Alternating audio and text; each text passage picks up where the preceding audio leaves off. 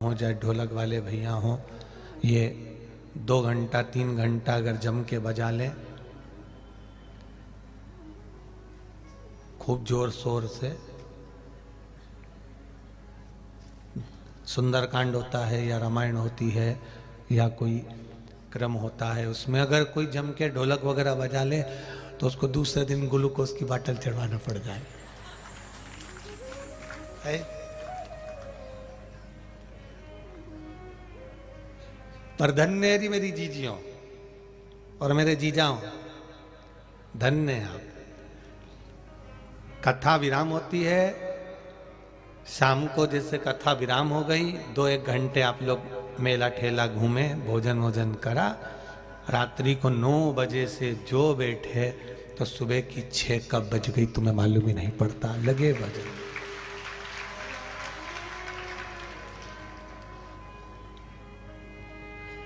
धन्यता है आपकी, साधुवाद है आपको। अपना कुछ समय, अपना कुछ पल, अपनी कुछ घड़ी आपने परमात्मा को दिया है। अब यदि आपने परमात्मा को कुछ पल, कुछ घड़ी, कुछ समय दिया है तो वो भी तो आपके लिए समय निकाल कर आएगा। वो भी तो, आप व्यस्त हो, काम बहुत सारा है आपके घर में, परिवार में बहुत फैला हुआ है, बहुत काम है, पर उस काम के साथ साथ आपने भगवान की कथा सुनने का समय निकाला है, तो वो भी तो आपके दुख काटने का समय निकालेगा, वो भी तो आपके पास पहुंचेगा। तो डीले कम करो, वो भी तो आपके पास में पहुंचेगा, वो भी तो समय निकालेगा आपके पास आने का कि भाई मुझे भी जाना है। ये व्यस्त था तो भी शिव पुराण में पहुंचा था, मैं व्यस्त हूं तो भी तो जाऊंगा।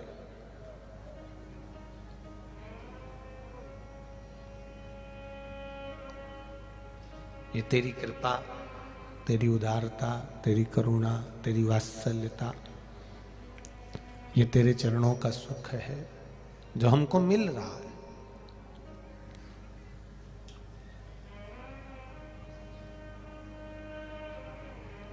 क्या मस्ती में लोग मस्त होकर भगवान के भजनों पर नाच रहे थे। अभी तक सबने देखा होगा कि शादी में डीजे बजता है तो डीजे पे नाचते हैं, ढोल बजता है तो ढोल पर नाचते हैं। पर पहली बार हमने इन नवयुवक लड़कों को, नवयुवक बच्चों को देखा कि महिलाएं ढोलक बजा रही थी और मंजीरे बजा रही थी और भजन पर नाच रहे थे। ये शिव कृपा है, ये शंकर की उदारता, ये शंकर की करुणा है।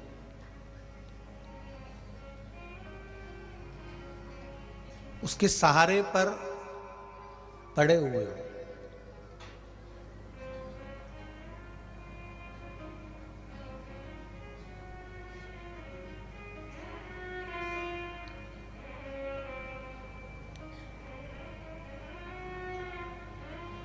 एक किसी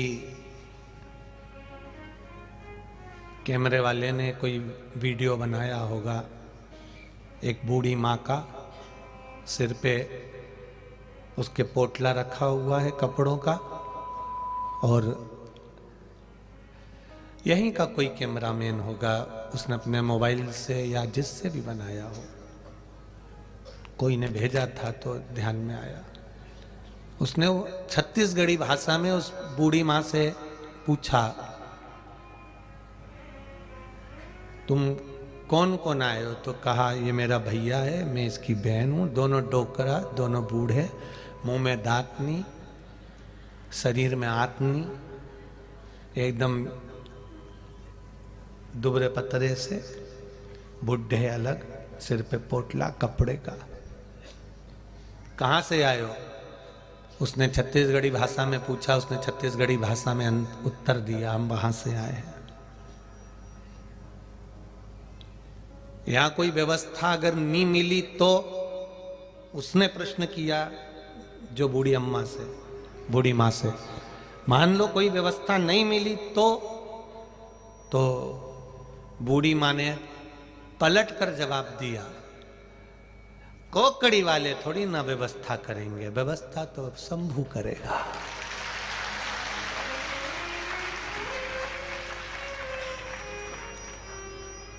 जहां कथा होती है, अभी इस कथा के बाद में परभणी में कथा है 13 तारीख से 17 तारीख तक 5 दिन की।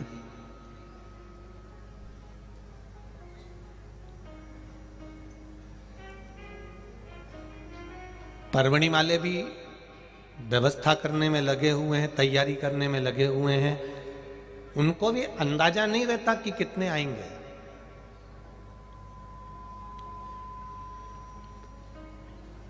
हमने ये जानते हैं केसरवानी जी के साथ के जो मित्र लोग हैं और जायसवाल जी के जो साथी लोग हैं, कल हमने यहाँ के हलवाई को, वो यादव जी हैं, भोजन बना रहे हैं, हमने उनको कल कक्ष में बुलवाया था और हलवाई जी से हमने पूछा था कि कोकड़ी में तुम कितने लोगों का भोजन बनाने आए हो? कहा गुरु जी, छत्तीसगढ़ी भाषा में वो बोल रहे थे कि गुरु जी, ये बोले तो थे कि 10-1 हजार आदमी का बना देना, 5-10 हजार आदमी का बना देना। फिर अरे क्या, फिर सुबेरे हम आए थे 30, फिर मैं अपने गांव गया 70 और लेके आया बनाने वालों को। क्यों?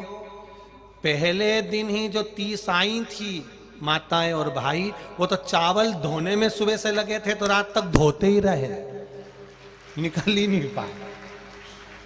अब हमने कहा फिर अब भोजन कितने लोगों का बन रहा है? अब कुछ नहीं कह सकते गुरुजी, कभी 1.5 लाख, कभी 1.25 लाख, कभी 50,000, कभी 70,000, कभी 2.5 लाख, ऐसा भोजन का क्रम चलता रह रहा है। लोग आ रहे हैं, खा रहे हैं, जा रहे हैं।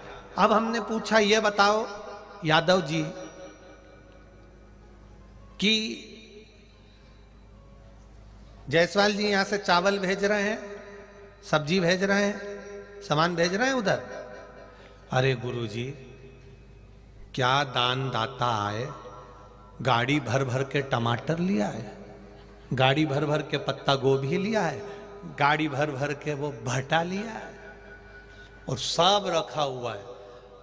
इतना कोई चावल ला रहा, कोई कुछ ला रहा, कोई कुछ ला रहा। गुरुदेव, वो भोलेनाथ भंडारा चलाता है और भोलेनाथ ही खाता है, कोई दूसरे की सामर्थ्यता नहीं है।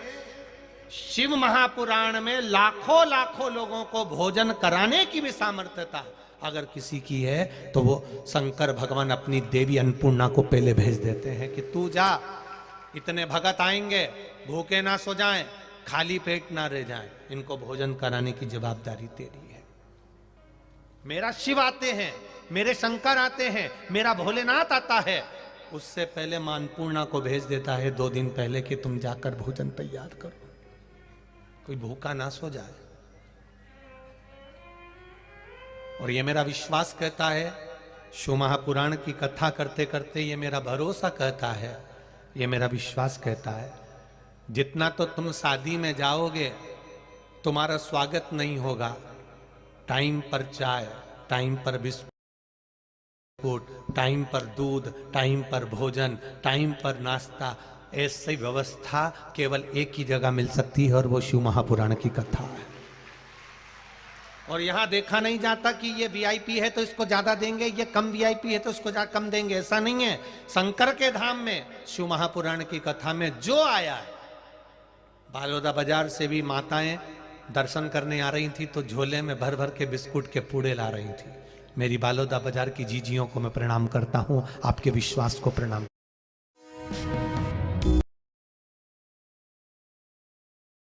ये 2 टीचर्स की प्रेम कहानी है। संजय ने मीरा को एक खास प्रपोजल देना था, इसलिए उसने फेसबुक। मेरी बालोदा बाजार की जीजियों को मैं प्रणाम करता हूं, आपके विश्वास को प्रणाम करता हूं। आप बालोदा बाजार से आ रही हो तो झोले में बिस्कुट लेकर आ रही हो कि बच्चों को बांटते हुए जाएंगे।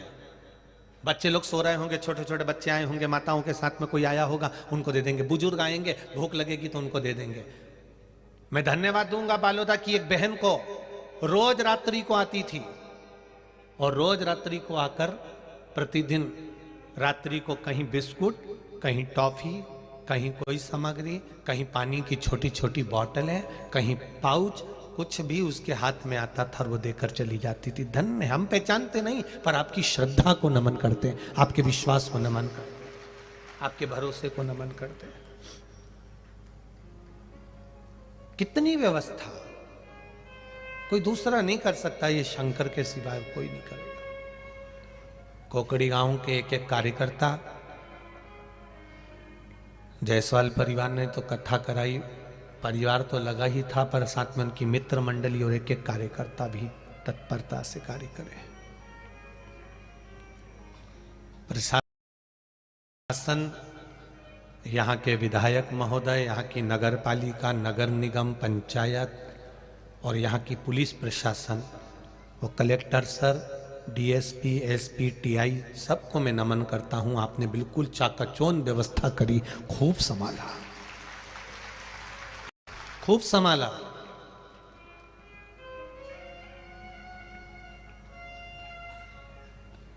भक्ति का बल भजन से, और भजन जब तक जिंदगी में नहीं आएगा तब तक सुख का अनुभव नहीं हो सकता।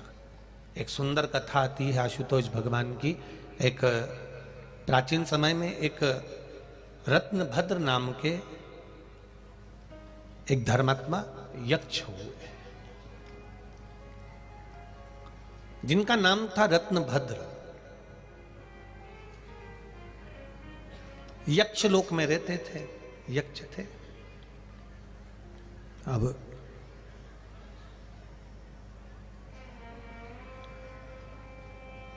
रत्नभद्र यक्ष गंधमादन पर्वत पर निवास करते थे, वहीं रहकर अपना कार्य किया करते थे, अपने कार्य में डूबे रहते थे। उनके घर में एक बेटे ने जन्म लिया जिसका नाम था पूर्णभद्र। अब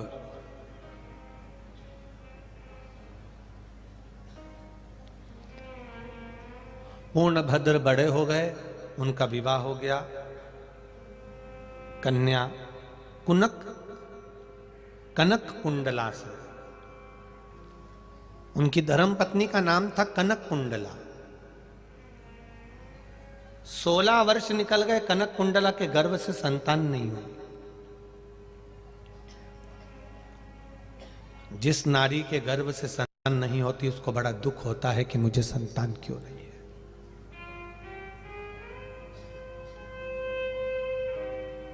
एक प्रश्न सारी दुनिया में आकर खड़ा हो जाता है। अकल देने वाले, बुद्धि देने वाले कई लोग आपको मिलेंगे और कहते हैं जब नारी का गर्भ रहे तो शंकर जी के मंदिर मत जाओ, शिव जी का स्पर्श मत करो, शंकर पे जल मत चढ़ाओ, शंकर पे बेलपत्र मत चढ़ाओ। ये अकल देने वाले आपको बहुत मिलेंगे। जो तुमसे कहे कि गर्भवती नारी को, संतान जिसके गर्भ में हो, ऐसी गर्भवती नारी को मंदिर नहीं जाना चाहिए, या शिव जी का स्पर्श नहीं करना चाहिए, या जल नहीं चढ़ाना चाहिए, या शंकर मंदिर नहीं जाना चाहिए। कोई अगर तुमसे कहे कि शिव मंदिर में गर्भवती नारी को नहीं जाना चाहिए, स्पर्श नहीं करना चाहिए, जल नहीं चढ़ाना चाहिए, तो उससे एक बार पूछना कि कौन सी पुराण में लिखा है। उस पुराण को लाके बता एक बार, हम पढ़े, हमारे भी तो स्मरण में आए कि कहाँ लिखा हुआ है कि गर्भवती नारी को मंदिर नहीं जाना चाहिए, गर्भवती नारी को भगवान शंकर के मंदिर नहीं पहुंचना चाहिए, गर्भवती नारी को शंकर भगवान पे जल नहीं चढ़ाना चाहिए, गर्भवती नारी को बेलपत्र नहीं चढ़ाना चाहिए। कहाँ लिखा है, कहाँ वर्णन करा है?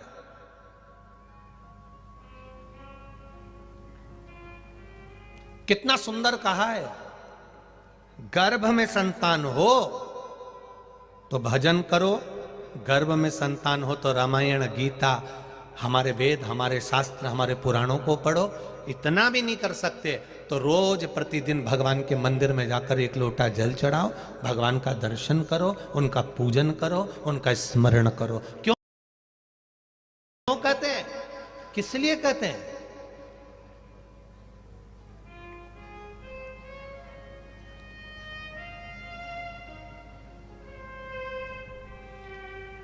डॉक्टर कहते हैं बेड रेस्ट,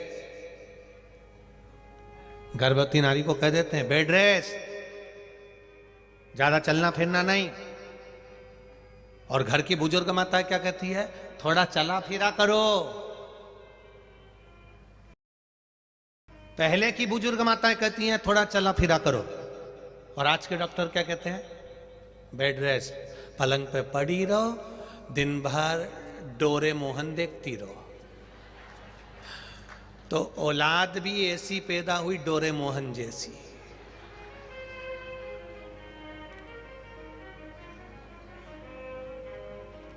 ऐसी औलाद पैदा हुई कि रो रही है कि हंस रही है मालूम ही नहीं पड़ता। डोरे मोहन हंसता है कि रोता मालूम ही नहीं पड़ता। अब किसी ने पूछा कि तुमने ये संतान तुम्हारी ऐसी हो गई, तो कहा वो डॉक्टर बोला था बेड रेस्ट का। डॉक्टर ने बेड रेस्ट होने का बोला था, पर डोरे मोहन देखने का नहीं बोला था। उसने कहा था आराम करो, भजन करो, कीर्तन करो, मंत्र जाप करो, नाम जाप करो, जिससे तुम्हारी होने वाली संतान, तुम्हारी होने वाली औलाद भी कीर्तनी, भजनावली और सनातनी पैदा हो, धार्मिक हो। तो ऐसी संतान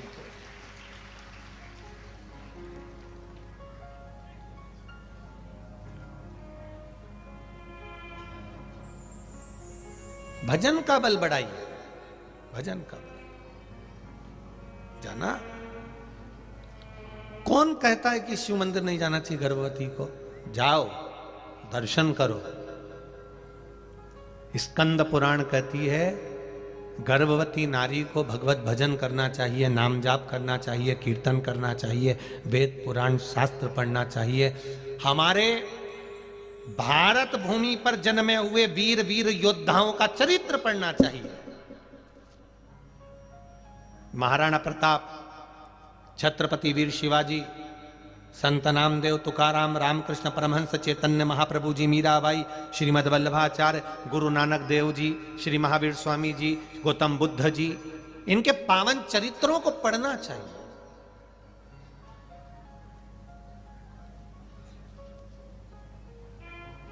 पढ़ो इनको। और नहीं पढ़ सकते तो कहीं कथा सुन लो, वो भी नहीं कर सकते